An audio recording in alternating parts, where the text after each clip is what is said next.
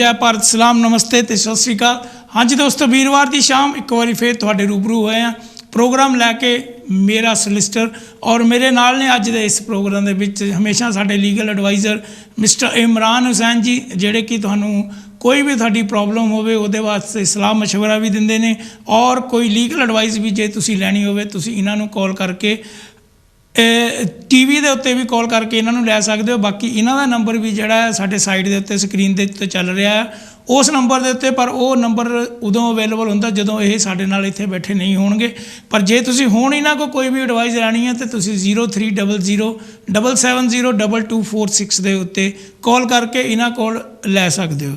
अच्छा, एक जिहड़ी होर बड़ी जरूरी सूचना वो ये आ कि कोई भी प्रोग्राम जदों असीं करीदा साडे नाल कोई भी साडे जिहड़े गैसट आउंदे आ ਉਹਦੇ ਵਿੱਚ ਕਾਂਛੀ ਟੀਵੀ और नाल दी नाल ਜਿਹੜੇ ਸਾਡਾ ਕੋਈ ਵੀ ਪ੍ਰੈਜ਼ੈਂਟਰ ਨਾਲ ਬੈਠਾ ਹੁੰਦਾ ਉਹਦਾ ਕੋਈ ਹੱਥ ਨਹੀਂ ਹੁੰਦਾ, क्योंकि ਉਹ ਸਿਰਫ ਇੱਕ ਪ੍ਰੋਗਰਾਮ ਨੂੰ ਪ੍ਰੈਜ਼ੈਂਟ ਕਰਨ ਵਾਸਤੇ ਨਾਲ ਬੈਠਾ ਹੁੰਦਾ। कोई भी गल तुसी कोई भी काम जो बाहर करना है ਉਹਦੇ ਬਾਰੇ ਤੁਸੀਂ ਕਿਸੇ ਹੋਰ ਕੋਲੋਂ भी राय ਜਿਹੜੀ ਆ ਉਹ ਲੈ ਸਕਦੇ ਹੋ। ਜ਼ਰੂਰੀ ਨਹੀਂ ਹੈ कि जे ਅਸੀਂ ਤੁਹਾਨੂੰ ਕਿਹਾ कि ਇਹਨਾਂ ਦੇ ਕੋਲੋਂ ਹੀ ਆਣ ਕੇ ਆਪਣਾ ਕੰਮ ਕਰਾਓ तो ਉਹ ਕੋਈ कंपलसरी नहीं है। ਤੁਸੀਂ कोई भी चीज़ ट्राई करन तो पहला एक दो थां ते होर भी अपनी मशवरा सलाह मशवरा कर सकते हो। इमरान जी, सबसे पहले आपका एक बार फिर वेलकम है कांची टीवी पे, और सबसे बढ़िया गुड न्यूज़ है कि आज आप टाइम पे आए हो। जी नहीं, आज ट्रैफिक थोड़ा बेहतर था तो जी मेरे ऑफिस भी थोड़ा पहले ही छोड़ा क्योंकि टाइम पे आना चाहिए तो नहीं उसमें पता है कि 2-3 कॉल्स हमारी मिस हो जाती हैं जब आप 5-10 मिनट लेट आते हैं ना। तो इमरान जी, हमने जब लास्ट टाइम प्रोग्राम किया था एक एंड में अपने को एक कॉल आई थी, तो मैं सोच रहा था कि क्यों ना हम लोग वहीं से स्टार्ट करें आज का प्रोग्राम, क्योंकि उस टाइम पे आप भी उस बात का जवाब नहीं दे सकते थे क्योंकि प्रोग्राम का टाइम तो तकरीबन ख़त्म हो चुका था, तो हमारा भी जाने का टाइम हो गया था। तो वो कॉल के अगर हम लोग उसी से प्रोग्राम स्टार्ट करें तो आगे का अगर किसी को अगर हो सकता है वो आज ये प्रोग्राम देख रहे हों तो उनको भी इस बात में बारे में, क्योंकि मैं आपको ब्रीफली बता सकता हूँ कि जैसे आप हमारे साथ प्रोग्राम करते हो ना, हमारे साथ पहले भी एक सोलिसिटर आए थे वो प्रोग्राम करते थे, तो हम लोग तो हर बंदे को यही बोलते हैं भी जो हमारे पास आता है चलो आप इनसे अपना काम करवा लो, कुछ भी है जो भी है ना। नहीं देखिए, ये पॉइंट नहीं है। पॉइंट यहाँ पे हमारे जैसे इस शो का मकसद क्या है कि किसी को भी मुश्किल में वो है, ये एक लाइव शो है जहाँ पे वो अभी कॉल करके फ्री में एडवाइस ले सकता है। ये एडवाइस अगर उनको पसंद हुआ और उनको लगता है कि ठीक है इस एडवाइस के मुताबिक मैं कुछ आगे करना चाहता हूँ इन लोगों के साथ, तो वो हमारे साथ उसको आगे कर सकते हैं। इसमें आपकी शो आप तो एडवाइस नहीं करते, ठीक है ना, आपकी शो इसको एडवाइस करता है ना, आपकी ये कांची टीवी कोई लीगल फर्म है, ठीक है। सो ऑफ कोर्स ये जो ऑडियंस है उनको भी समझना चाहिए कि देखिए एक कानून जो है ना, ये कानून का इंटरप्रिटेशन बहुत लोगों के पास बहुत दूसरे तरीके का हो सकता है। एक ही सिचुएशन पे दूसरे लोगों के पास डिफरेंट आइडिया हो सकता है सोल्यूशन का। इसीलिए जब आप एक वकील को पूछेंगे वो बोलेगा कि ये सोल्यूशन मेरे नज़र में सबसे अच्छा है। आप दूसरे वकील को पूछेंगे वो शायद बोल सकता है कोई दूसरा सोल्यूशन उनके नज़र में जो अच्छा है। इसका मतलब ये नहीं कि एक गलत है एक सही है, एक प्रॉब्लम का 2 तरीके का सोल्यूशन हो सकता है। सो हर इंसान को अपने लिए सबसे अच्छा कौन सा सोल्यूशन है ये खुद को समझना पड़ेगा, ठीक है ना। मैं ऑलवेज ये एडवाइस करता हूँ कि जो वकील आपको क्लियरली नहीं समझाता कि देखे ये है आपका सिचुएशन, ये है कानून का सिचुएशन और हमें लगता है इस तरीके से आपका केस सॉल्व होना चाहिए, आप उन वकीलों के पास ना जाया करें, ठीक है। जो आपको प्रॉपरली समझाता है, शायद एंड पे जाके हर वकील तो हर केस नहीं जीत सकता है, ये दुनिया के कोई रिकॉर्ड में नहीं है। The best of the best lawyers also lose cases, government is losing cases. Court बैठते क्यों है? अगर कोर्ट बैठना नहीं चाहिए, अच्छा लॉयर है तो उसकी क्लाइंट को ऐसी दे दो चीज़ें, ठीक है ना। So even the best of the best lawyers can lose the case, लेकिन वकील जब आपको सही तरीके से समझाता है कि दिस इज द स्ट्रैटेजी, फिर आप सोच समझ के वो फॉलो करें। दूर रहे उन लोगों से जो आपको पैकेज डील देते हैं, बोलते हैं कि डोंट वरी आप 5,000 पे करें हम आपकी वीज़ा करवा देंगे, कैसे करवाएंगे क्या करेंगे ये चीज़ें नहीं बता। That is I think in my view the most dangerous situation जिससे आपको दूर रहना चाहिए। वकील की फ़ीस जो है it is not based on outcome, it is never based on outcome, it is always based on service. हम एक सर्विस प्रोवाइडर है, we provide a service and we need to describe बहुत क्लियरली कि आप क्या पे कर रहे हैं और इसका क्या सर्विस होता है। वेरी रिसेंटली मेरे पास कुछ क्लाइंट्स आए हैं जो बोल रहे हैं कि एक वकील के पास वो जाते हैं, मैं नाम मेंशन नहीं करना चाहता, उन्होंने बोला है कि हमारे फर्म का पॉलिसी है कि मिनिमम 3000 पाउंड आपको पे करना पड़ेगा as a client sign up करने के लिए। एनी केस डजेंट मैटर, वो 2 लाइन का केस हो, डजेंट मैटर वो कहते हैं फाइल खुलवाने का इतना चार्जेस नहीं। उनके बात है कि हम 3000 पाउंड से नीचे केस लेते ही नहीं है। ये कैसा बात हुआ 3000 pound? I believe the 90% of the work I do is way below 3000 pound of cost. Only judicial reviews जो हाई कोर्ट में चला जाता है, दैट्स वेयर आपको 3000 से ज़्यादा जस्ट हमारे फीस होना चाहिए। So you should be careful. ये पैकेज डील्स जो वकील देते हैं, एक लमसम फिगर आपको बोल देते हैं विदाउट एक्सप्लेनिंग क्या है, दोज आर डेंजरस। बट जब वो आपको ब्रेक डाउन दिखाते हैं कि ये फॉर्मूला मैं फॉलो करूँगा, इन दी एंड अगर उस फॉर्मूला पे आपको आउटकम नहीं मिलता है, आप उनको एक्चुअली ब्लेम नहीं कर सकते, बिकॉज वो सर्विस देने के लिए आपको चार्ज किया है, आउटकम देने के लिए नहीं। और अगर उसने शुरू में आपको जो सर्विस बोल दिया, वो सर्विस वो आपको दे चुका है, फिर he has done what he could do for you. Case तो वो 100% नहीं जीत सकता जी। अच्छा, वो अभी उसमें क्या है कि होम ऑफिस ने तो ईमेल कर दी कि आपका केस जो है वो हम लोग नहीं कर रहे, तो लेकिन आपको जो फीस है वो रिफंड कर देंगे जी। जिस अकाउंट में उन्होंने फीस को रिफंड किया, वो अकाउंट थोड़ी देर पहले कुछ अकाउंट गवर्नमेंट ने बैंकों ने बंद किए थे कि एक्सेस मनी जमा हो रही है, ये हो रहा है, कोई भी रीज़न हो सकता है। अब वो उसी के वजह से वो उसमें फंड ट्रांसफ़र नहीं हो, अब क्या करें? जी देखिए, ये जो पॉइंट है, मैं इतना पहले बोलना चाहता हूँ कि ऐसे प्रॉब्लम्स हम नॉर्मली नहीं फेस करते हैं हमारे फर्म पे, क्योंकि हमारे फर्म का एक स्ट्रिक्ट पॉलिसी है कि होम ऑफिस फीस हम ऑलवेज क्लाइंट को डायरेक्ट पे करवाते हैं होम ऑफिस में। सो बिकॉज वी नो कि ये रिफंड्स जब आते हैं उन अकाउंट्स पे डायरेक्ट आते हैं। सो इट इज़ बेटर कि हम इस पैसे को टच ही ना करें, डायरेक्ट क्लाइंट से भी जा सकता है। लेकिन अगर कुछ सिचुएशन पे ऐसे होता है कि बंदा अपना खुद का भी अकाउंट बंद कर देता है, यहाँ पे मेन बात है कि गवर्नमेंट का सिस्टम ऐसे चलता है कि it is very difficult to take them out of track and ask them to do something out of the norm. Normal policy है, जिस अकाउंट से पे हुआ उस अकाउंट पे रिफंड जाएगा। उस पॉलिसी के बाहर आपको अगर आप लेना चाहते हैं डिफरेंट अकाउंट पे, फिर आपको पहले तो उस डिपार्टमेंट को ईमेल करना पड़ेगा, डिटेल्स देना पड़ेगा कहाँ पे आप चाहते हैं रिफंड। अगर उन्होंने सही तरीके से आपको रिस्पॉन्स नहीं किया, फिर आपको प्री एक्शन प्रोटोकॉल लेटर भेजना पड़ेगा। ये प्री एक्शन जुडिशियल रिव्यू का प्री एक्शन नहीं है। होम ऑफिस के साथ प्री एक्शन बोलते ही लोग समझ लेते हैं judicial review. No, this is a civil action. जैसे कि आप देखें, आप अपने लोकल काउंसिल को भी कोर्ट में सू कर सकते हैं, यू कैन सू एनीबॉडी।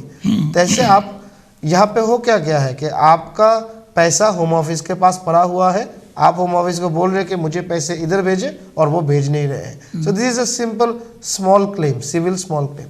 आप इसका जो होम ऑफिस का लिटिगेशन टीम है, उनको जब प्री एक्शन भेजेंगे, उनको चाहिए रेलेवेंट पेमेंट डिपार्टमेंट से बात करके ये वेरीफाई कर लेना कि हाँ, हमने जो पेमेंट किया था वो बाउंस बैक हो गया है।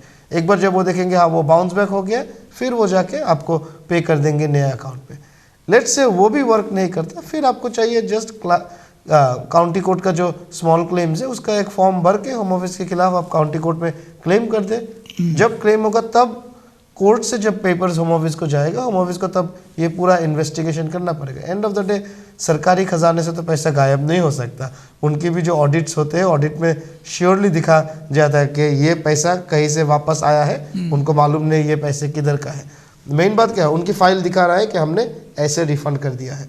ये जो रिफंड कर दिया है, जब वो बाउंस बैक करके उनके अकाउंट पे वापस आया है, अभी उनके अकाउंट पे दिखा रहा है कि एक बैंक ने हमें ये पैसे वापस किया है, लेकिन उधर तो बैंक कोई केस नंबर नहीं डालता। So they don't know who this money is. उनकी ऑडिट फाइल से उस साल का निकल के आ जाएगा कि oh, so now we know this money which bounce back is actually there. Then they will obviously in the county court process इसको रिजॉल्व कर देंगे, आपको पेमेंट्स भी कर देंगे, और hopefully the problem should be resolved. तो अभी आप क्या उनको देते हैं सलाह की जो ये जी, उनको चाहिए पहले दोबारा से होम ऑफिस पेमेंट डिपार्टमेंट पे लेटर लिखे, फैक्चुअली एक्सप्लेन करे, this date application was made, this much money was paid, this date application was rejected and we were told this date our bank account was closed, please investigate and see if the money came back to you, please pay us in this account. ये email का अगर कोई जवाब नहीं आया, home office litigation team को आप pre action भेजें, उधर भी अगर आपका ख़त्म नहीं हुआ काम तो आप काउंटी कोर्ट पे क्लेम डाल दें, ठीक। तो मैं, क्योंकि जो आपने बोला उसका 50% तो ऑलरेडी उन्होंने कर दिया, ईमेल तो उन्होंने कर दी, ये हमारा अकाउंट बंद हो गया, अब इसके बाद हमारे पास मनी पहुंचा नहीं है, उसके हम नया अकाउंट भी उनको भेज दिया कि इसमें आप पैसे ट्रांसफ़र कर दो।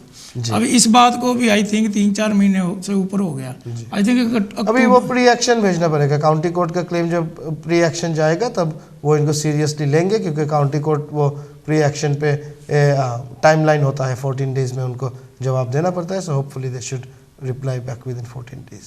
चलो ये भी अभी हाँ जी, जे ਅੱਜ ਦਾ ਪ੍ਰੋਗਰਾਮ ਤੁਸੀਂ ਦੇਖ ਰਹੇ ਹੋ ਤਾਂ ਜ਼ਰੂਰ ਤੁਹਾਨੂੰ ਪਤਾ ਲੱਗ ਗਿਆ ਹੋਵੇਗਾ ਕਿ ਕੀ ਐਕਸ਼ਨ ਤੁਸੀਂ ਲੈ ਸਕਦੇ ਹੋ, ਤਾਂ ਜ਼ਰੂਰ ਉਹਦੇ ਉੱਤੇ ਵੀ ਆਪਾਂ ਅਮਲ ਕਰਕੇ ਦੇਖ ਸਕਦੇ ਹਾਂ, ਕਿਉਂਕਿ ਕੋਈ ਵੀ ਚੀਜ਼ ਜਿਹੜੀ ਹੈ ਹੋਮ ਆਫਿਸ ਤੋਂ, वैसे कोई भी पेमेंट होम ऑफिस से जब वापस आती है कहीं और तो जा नहीं सकती। नहीं, ये कहीं और नहीं जा सकती, 100% ये उस अकाउंट पे जाएगा। और मैं जानता हूँ कि जब अकाउंट बंद होता है अप्रॉक्सीमेटली 6 वीक्स के अंदर होम ऑफिस को वापस मिल जाता है।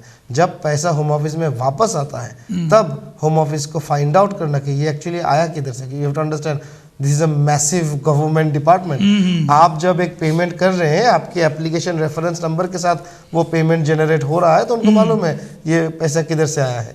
लेकिन जब बैंक एक रिफंड उनको भेजते हैं, उनके अकाउंट में वो पैसा पड़ा रहता है और उनको मालूम भी नहीं होता कि ये कौन सी केस में। आप सोच रहे हैं कि होम ऑफिस इतना बड़ा है, हो सकता है कि वो सेम मंथ में 5 लोगों का पेमेंट ऐसे रिफंड होके आ गया है and they don't know which payment is whose. ठीक है, that is the main issue here. ये मुश्किल होने का रीज़न आपको समझना चाहिए कि government is such a big department. Main problem है कि अगर आपका अकाउंट बंद हो जाता है then it is very difficult for them to find out exactly at what point the money got refunded and where is the money right now. But once they allocate the money, they should be able to refund it to you. चलो ये तो हो गया जी वो case जो उस दिन हमको लास्ट में मिला था। अच्छा, अभी रिसेंटली किसी ने मेरे को कल फ़ोन किया था कि वो कहते जी हमने आपको याद होगा उस दिन एक हमको फ़ोन आया था कि हम बच्चों के साथ यहाँ पे आए हुए हैं, हमने ना ऐसे एक केस आया, कहते जी हम लोगों ने अपना मेडिकल ग्राउंड पे डाला हुआ है कि हम लोग यहाँ पे स्टे करना चाहते हैं मेडिकल ग्राउंड। तो वो क्या होगा मेडिकल ग्राउंड? जी देखिए, मेडिकल ग्राउंड 2 तरीके का होता है। एक होता है आर्टिकल 8 मेडिकल ग्राउंड, दूसरा होता है article 3 medical ground. Article 8 medical ground होता है प्राइवेट लाइफ के। सोचे कि आप एक टर्मिनली इल पेशेंट है, आपको हर रोज़ ट्रीटमेंट ज़रूरत होता है, आप किडनी पेशेंट है जहाँ पे आपको डायलिसिस ज़रूरत होता है, आप यूके पे रह रहे हैं 7, 8, 10 साल हो गया है, यूके का ट्रीटमेंट सिस्टम के साथ आपका एक ऐसा रिलेशन बन गया है कि अभी आपके लिए पॉसिबल ही नहीं है कि आप ये ट्रीटमेंट को कहीं और ले जाएं या कोई डिफरेंट सिस्टम पे ले जाएं। आर्टिकल ये देखें ना, जो प्राइवेट लाइफ का मतलब क्या है, मेरा पर्सनल लाइफ क्या है। एक बीमार इंसान का पर्सनल लाइफ यही होता है कि उसके इलाज।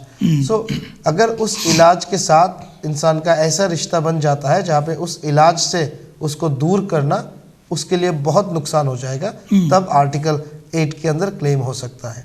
आई मस्ट एडवाइस के सुप्रीम कोर्ट ने बोला था कि UK is not the world's hospital. अच्छा, ठीक है, कि हम दुनिया के लोगों को ट्रीटमेंट नहीं दे सकते, सारे दुनिया के सारे बीमारी का ट्रीटमेंट हम नहीं कर सकते। NHS and UK hospital is meant for those who are lawfully present, who have a right to be in this country. So article 8 का जो हेल्थ केयर क्लेम होता है private life, it is a very difficult claim. ये usually success होता है जहाँ पे आपका बहुत साल से आप लीगली यूके पे रहते हैं और लीगली तरीके से आपका ये ट्रीटमेंट चल रहा है, जहाँ पे डॉक्टर ने क्लियर कट मेडिकल ओपिनियन दे दिया है कि मैं नहीं चाहता ये पेशेंट मेरे बाहर जाए, ये ऐसा क्रिटिकल पेशेंट है, मैंने इतने सालों से इसकी ट्रीटमेंट मैनेज किया और मैं बिल्कुल नहीं चाहता कि अभी किसी और के हाथ पे चले जाए जिसको इसके ट्रीटमेंट के बारे में बिल्कुल मालूम नहीं। इस तरीके का लेटर मिलना NHS से मुश्किल हो जाता है और वो नहीं होता। बट स्टिल कुछ केसेस में होता है, ऐसे नहीं कि 100% रिफ्यूज़ल है, बट वेरी हाई थ्रेशोल्ड है। सेकेंड जो है आर्टिकल 3 क्लेम। आर्टिकल 3 मतलब I have a right to life. ठीक है ना, आप दिखा सकते हैं कि देखिए मेरा अभी लाइफ सेविंग ट्रीटमेंट चल रहा है। आर्टिकल 3 क्लेम पे आपको सक्सेस हो सकता है if you can show one of the two. अगर आप दिखा सकते हैं कि मुझे ये जो ट्रीटमेंट है, ये ट्रीटमेंट मेरे मुल्क में होता ही नहीं है, in my country this treatment is not available. ठीक है, फिर आपका स्ट्रेट अवे आर्टिकल 3 क्लेम बन जाता है, क्योंकि आप ट्रीटमेंट के सिवा मर जाएंगे अपने मुल्क में और वो आपको वीज़ा दे देंगे। अभी जानते हैं कि world is moving in such A direction, almost all treatment is available in all. सही बात। यार आप की जो मैक्सिमम व्यूअर्स हैं वो इंडियन ओरिजिन के अगर हैं, उनके लिए तो सबसे मुश्किल है, क्योंकि मैं तो कभी कभी बोलता हूँ कि इंडिया का ट्रीटमेंट इंग्लैंड से बेहतर है। बेटर। मैं बांग्लादेश से हूँ, हमारे बांग्लादेश से तो लाख लाख लोग इंडिया जाते हैं। We significantly rely on the beautiful treatment that India is offering, not only to their citizens but to the global world. ठीक है, तो India is a very good country for health care treatment. So यहाँ पे main मुश्किल होता है कि हाँ, स्टैंडर्ड ऑफ ट्रीटमेंट पे थोड़ा जब डिफरेंस होता है, क्योंकि इंडिया पे 2 टियर सिस्टम है। यूके में जैसे सारे इंसान को एक ही ट्रीटमेंट मिलता है, but not in India. India if you are rich and you can afford private treatment, it is one thing. If you are poor and you can only afford public hospital, then that is a different story altogether. So आप article 3 claim ऐसे भी दिखा सकते हैं कि मैं private treatment afford नहीं कर सकता, पब्लिक सेक्टर में जो ट्रीटमेंट हो रहा है उसमें मेरा जो हेल्थ कंडीशन है, इसका लाइफ एक्सपेक्टेंसी जो है वो इंग्लैंड से बहुत कम है। सोचिए कि एक कैंसर पेशेंट बोल सकता है, एक ब्रेस्ट कैंसर पेशेंट बोल सकता है, इंग्लैंड पे 98% लोगों को ब्रेस्ट कैंसर से सोचे 100% क्योर हो जाता है। लेकिन इंडिया में मैं जाऊंगा, उधर 50% लोगों का डेथ हो जाता है। If you can, I am just giving assumption, ये कोई स्टेटिस्टिक्स नहीं है, I am just giving guess figures. अगर if you can show this kind of difference in standard, कि जो ट्रीटमेंट मुझे अपने मुल्क में मिलेगा और जो ट्रीटमेंट मुझे यूके में मिलेगा, मेरा लाइफ एक्सपेक्टेंसी बहुत रिड्यूस हो जाता है, तो उस केस पे आपको आर्टिकल 3 क्लेम हो सकता है। I don't know what that family has put in terms of उनकी health care, but yeah these are the two I have got. वो फैमिली है पूरी जी, वो फैमिली है, लेकिन उनका क्या ट्रीटमेंट एक्चुअली चल रहा है ये जानने से बेहतर होगा। जैसे मेरे को, मैंने पूछा नहीं, मैंने उनको बोला कि हाँ, आपका जो सवाल है वो हम आज प्रोग्राम में रखेंगे कि आप प्रोग्राम देखना, और उसके अगर फिर भी आपको कोई डाउट हुआ तो आप प्रोग्राम में फ़ोन करके हमको पूछ लेना। बिल्कुल। तो मेरे पास जैसे एक सिमिलर केस है, एक इंडियन फैमिली के लिए। उनके एक बच्चा था जो वो पहले विजिट वीज़ा पे आया था और इंग्लैंड पे ही पैदा हुआ था विजिटर रहते हुए, लेकिन उस बच्चे को वो प्री मैच्योर पैदा हुआ था और उसकी ब्रेन पे कुछ इशू है, जिसकी वजह से ब्रेन से एक शंट लगा के पानी लेना पड़ता है स्टमक तक। तो वो बच्चा होने के बाद वो जेन्युइन विजिटर्स था, बच्चा हुआ इधर, वो वापस चले गए। इंडिया जाने के बाद वो शंट एक बार जब ब्लॉक हो गया, उधर उन्होंने ऑपरेशन करने की कोशिश किया, वो ऑपरेशन बिल्कुल सक्सेसफुल नहीं हुआ। 3 दफ़ा इंडिया में ऑपरेशन किया और वो ऑपरेशन सक्सेसफुल नहीं हुआ। फिर वो दोबारा विजिट वीज़े पे जब यूके पे आए हैं, यहाँ के डॉक्टर ने दोबारा से ऑपरेशन किया और वो ऑपरेशन बिल्कुल प्रॉपरली हुआ है। सो यहाँ पे क्लियरली एविडेंस है कि उस बच्चे को जो ट्रीटमेंट इंडिया में मिल रहा था और जो ट्रीटमेंट इंग्लैंड में मिल रहा है, इसमें बहुत फ़र्क है। There is a massive difference in standard, और इस वजह से इस बच्चे का लाइफ क्वालिटी बहुत डिफरेंट होगा। इन यूके उसका लाइफ क्वालिटी बहुत बेहतर होगा। सो दैट्स वाई उसकी बेसिस पे हमने एप्लीकेशन डाले हैं। अभी वी विल हैव टू सी ये व्हाट द आउटकम इज़। लेकिन देखिए, सुनने में ये फैक्ट्स बहुत स्ट्रॉन्ग लगता है, but my advice to the client has been कि देखिए, ये आपके बच्चे का लाइफ का सवाल है, आपको ट्राई करना है। देयर इज़ नो गारंटी कि आप ये जीत सकते हैं, क्योंकि अ जज can interpret it very differently. क्योंकि जजेस ऐसे भी कभी बोलते हैं कि the treatment will be the same as any other citizen of that country. ठीक है ना। So when it comes to health care, UK has a very like world class system of free health care, जो maximum दुनिया के मुल्क होते हैं। America चले जाए, कितने एडवांस मुल्क है, हेल्थ केयर ऐसा फ्री नहीं है हमारे तरह। सो ये जो सिस्टम है, courts are very very sceptical. वो बोलते हैं कि ये यूके रेसिडेंट्स के लिए है, लोग बाहर से आके इसके नाजायज़ फ़ायदा नहीं उठा सकते। सिर्फ उनकी life changing, life threatening situation हो जाए तो उसमें ही ये हेल्थ केयर सिस्टम उनकी बेसिस बन सकता है इधर फर्दर रहने के लिए। अच्छा, एक जो लड़का वो जहाँ पे आया हुआ है कि वो जैसे है ना, वीज़ा मिलता है, जैसे मीडिया में काम करने के लिए वीज़ा मिलता है 3 महीने, उसको 4 महीने का वीज़ा मिला है, है ना। वो जो भी है, चलो, तो उसका वो कहता है, जो भी जिससे भी बात करते हैं वो कहते हैं ये वीज़ा कन्वर्ट नहीं होगा, ऐसा क्या है? हो सकता है कि ये कोई वर्क विजिटर वीज़ा है, कि उसको विज़िट करने के लिए आने दिया है। ये वीज़े का नेचर देखना पड़ेगा, बट यस, इस तरीके का बहुत तरीके का शॉर्ट टर्म वीज़ा है, वर्क वीज़ा, जो कन्वर्ट नहीं होता। जिससे भी बात करो वो कहता है जी मैक्सिमम इस वीज़े को 1 साल और बढ़ा सकते हैं, अच्छा, उससे ज़्यादा नहीं। जी देखिए, ये तो पहले होता था inter company transfer, I have to see which category of visa it really is to properly advise, but हाँ ये करेक्ट है कि बहुत इस तरीके का वीज़ा है जो एक्सटेंड नहीं होता। तो वो स्पॉन्सरशिप भी नहीं ले सकता? बिल्कुल, वो अपने मुल्क वापस चले जाए। ये सेम कंपनी जो है, जिसका शायद ये कंपनी ऐसा है जिसका उसके मुल्क में भी है, इधर भी ब्रांच है, और उसके ब्रांच जो है वो यूके ब्रांच में उसको काम करने भेज रहे हैं, वो कंपनी ऑफ कोर्स वो लाइसेंस लेकर उसको परमानेंट इधर बुला सकता है रह के काम करने के लिए। लेकिन यही बात है कि देखिए, अगर वो यूके आके इस कंपनी के साथ काम कर चुका है, ठीक है, उसकी एक्सपीरियंस है रेलेवेंट, उसको बिल्कुल डरना नहीं चाहिए कि अगर मैं वापस गया मुझे वीज़ा नहीं मिला तो डेफिनेटली वीज़ा मिलेगा। प्रॉब्लम तो यही ना, हर कोई बंदा कहता है कि अब मैं यहाँ पे आ गया हूँ, तो उसके बाद अगर मैं वापस चला गया नहीं मिला तो मैं यहाँ से भी क्या। नहीं, ये गलत आइडिया है, सोच है। अगर आप प्रॉपरली एडवाइस लेंगे, अगर आप हर चीज़ सही तरीके से कर रहे हैं, तो क्यों आपको बाहर से वीज़ा नहीं देंगे। देखिए, पहले भी तो वहीं से लेके आए। बिल्कुल, आप पहले भी वहीं से लेकर आए हैं। अभी आप जो वर्क परमिट पे आएंगे, आपका केस बहुत स्ट्रांग है, जहाँ पे आप दिखा सकते हैं कि मैं पहले वीज़ा लेकर उधर काम करके आया हूँ, और बाहर बैठ के आप अप्लाई करेंगे। अगर कानून की सारा रिक्वायरमेंट आप देख रहे हैं कि आप पूरा करते हैं, होम ऑफिस ने कुछ दिल चाहा बोल के रिजेक्ट कर दिया, that doesn't make any difference. आप यूके में बैठ के भी कोर्ट में जितना हक आपका होता है, बाहर से बैठ के भी आप कोर्ट में एप्लीकेशन करेंगे, आपका उतना ही हक होगा।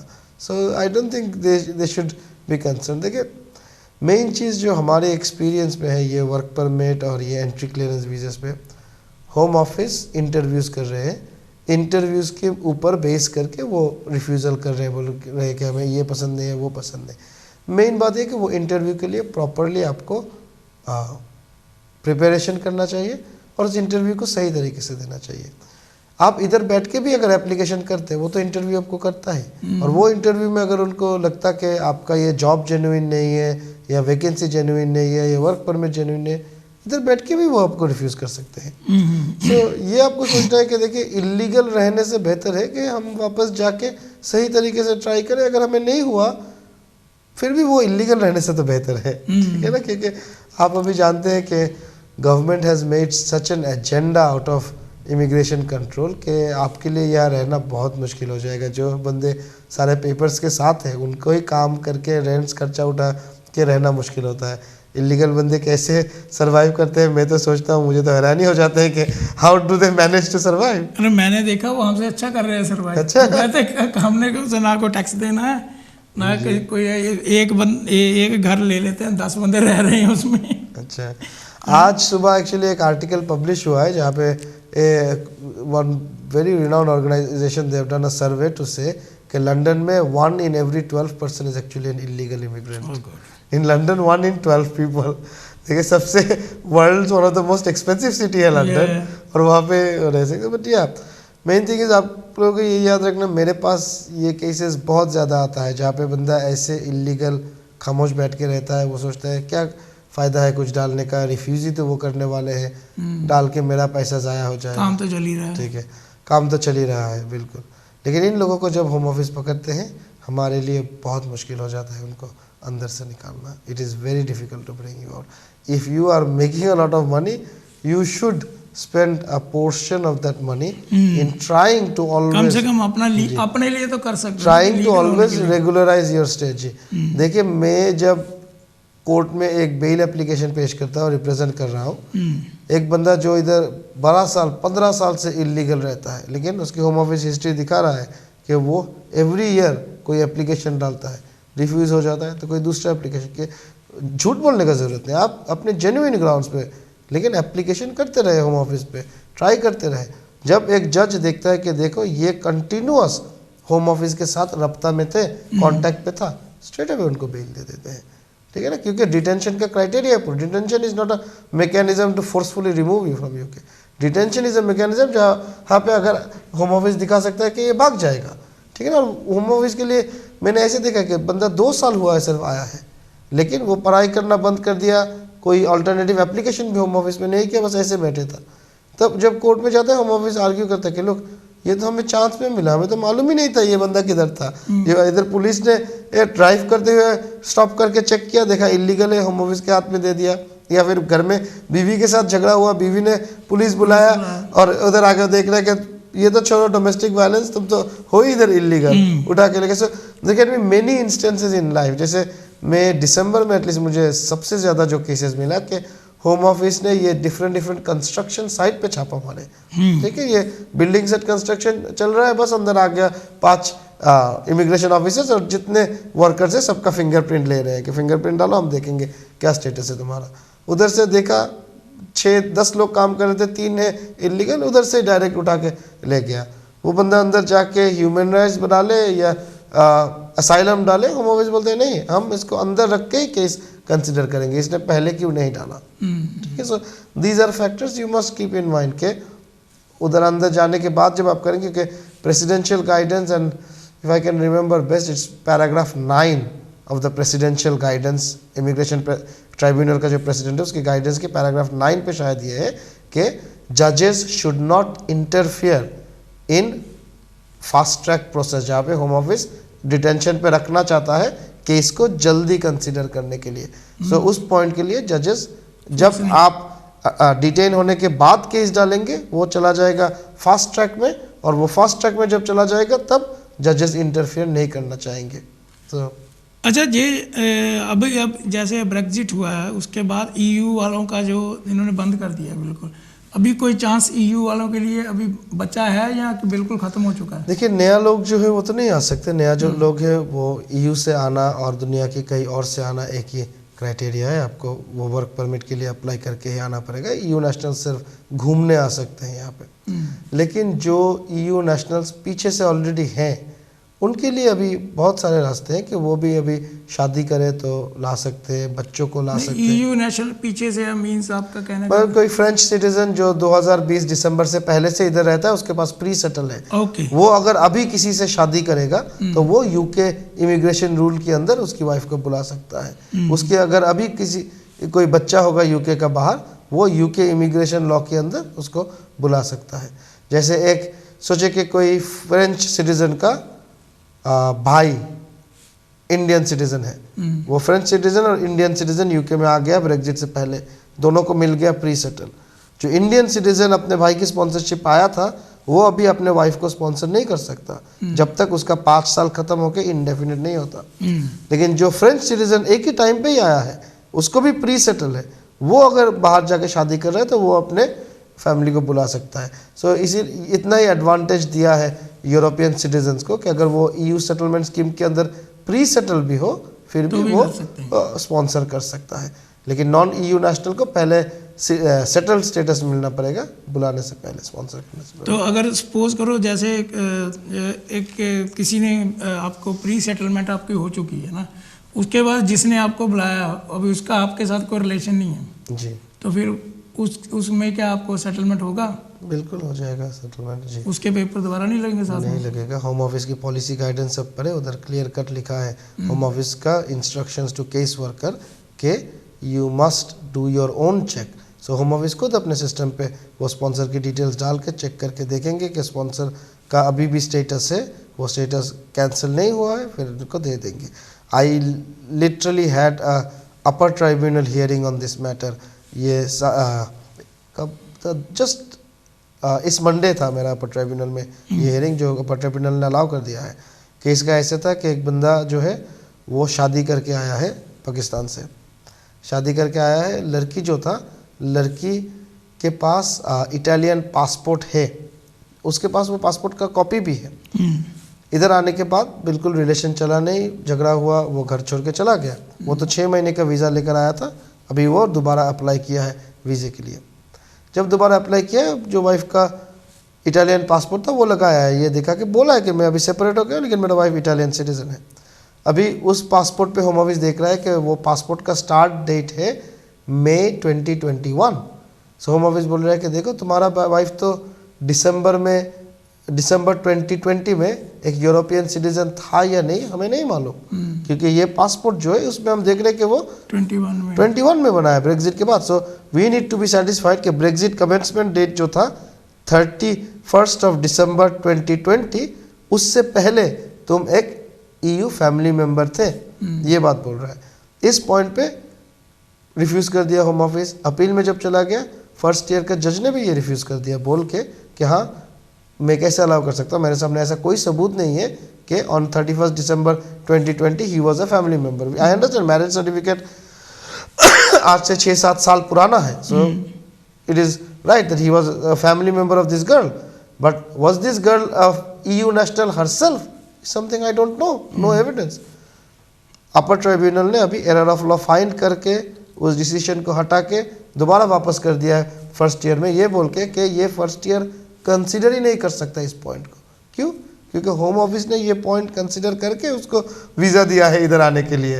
Home office have themselves granted, ये तो कोई बोर्ड से नहीं आया है, ये प्रॉपर EU सेटलमेंट का वीज़ा लेके आया है। उस पॉइंट पे ही तो देखना था होम ऑफिस को कि क्या इसके पास, उस टाइम पे देखा नहीं, उसने देखा है होम ऑफिस ने, दे मस्ट हैव सीन। अभी क्या कर रहा है होम ऑफिस? सोचा अच्छा इसका वाइफ के साथ रिश्ता टूट गया है, हम इसको हेल्प नहीं करेंगे, ठीक है, देखते हैं ये अपना प्रूव कर सकता है कि नहीं। कोर्ट ने बोला that is wrong, you can do that. अगर आप लोगों के पास ऑलरेडी सबूत है कि इसका वाइफ EU सिटीजन था 31 दिसंबर पे, फिर आप दोबारा क्यों एक दूसरे सबूत मांग रहे हैं? सो लिटरली अगर अभी स्पॉन्सर के साथ कांटेक्ट नहीं है, डज नॉट मैटर, ये जिम्मेदारी होम ऑफिस का है, वो ढूंढेंगे कि स्पॉन्सर का क्या स्टेटस है उनके सिस्टम पे, क्या किस चीज़ की बेसिस पे आपको उन्होंने पहला वीज़ा दिया था, और उसकी बेसिस पे आपके पास सिर्फ अपना 5 साल का सबूत होना चाहिए दिखाने के लिए कि मैं लास्ट 5 years कंटिन्यूअस UK पे रहा हूँ। बोलना चाहिए कि मुझे